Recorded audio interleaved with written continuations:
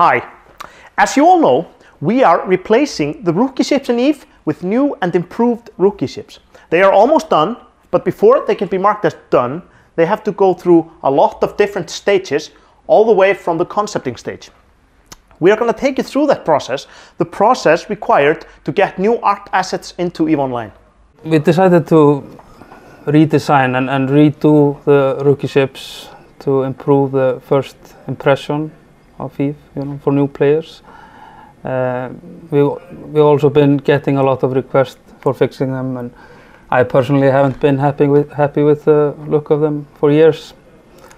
So it's a good point to start with them now. I work closely with the concept artist throughout the process, and it starts with me and him coming up with a few ideas. Maybe I suggest what I would like to be fixed in the design or in the redesign, and often the concept artist does a few sketches and I pick out what I like and he takes it further. My role is to make sure that there is consistency in the style of EVE and what the concept artists are designing. Make sure it fits into the style of the races or factions within EVE and the overall theme, and make sure there isn't anything too happy and bright and pink. First thing, when we start a new project, I will just discuss with the art director what we're looking for in that design.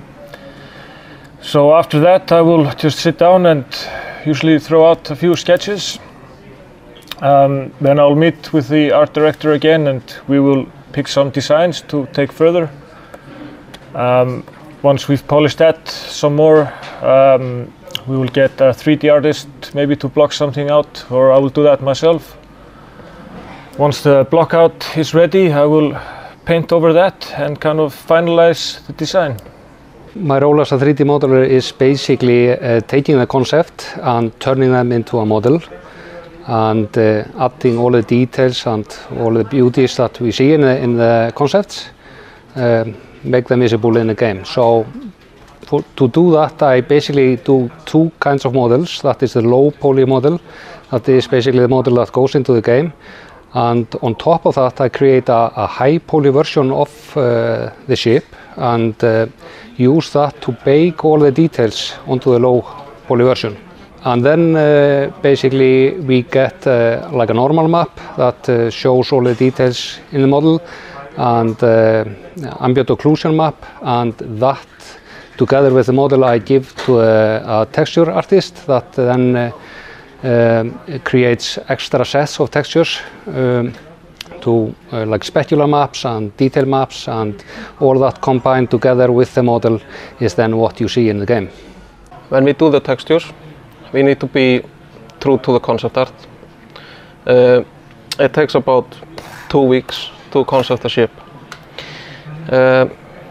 It depends on if it's supposed to be very worn or shiny looking. It usually takes more time to mess it up and make it more worn or have a more history or something. So as embedded art QA, we really follow the art assets all the way through their production. So that's from the start of its life as a concept through the 3D modeling packages, its transition into our proprietary engine, and then out into the build that the users get to play. So our main tasks are checking the maps, the geometry, making sure that all that stuff works correctly, the sound effects, visual effects, checking the turrets and the hard points fit on correctly.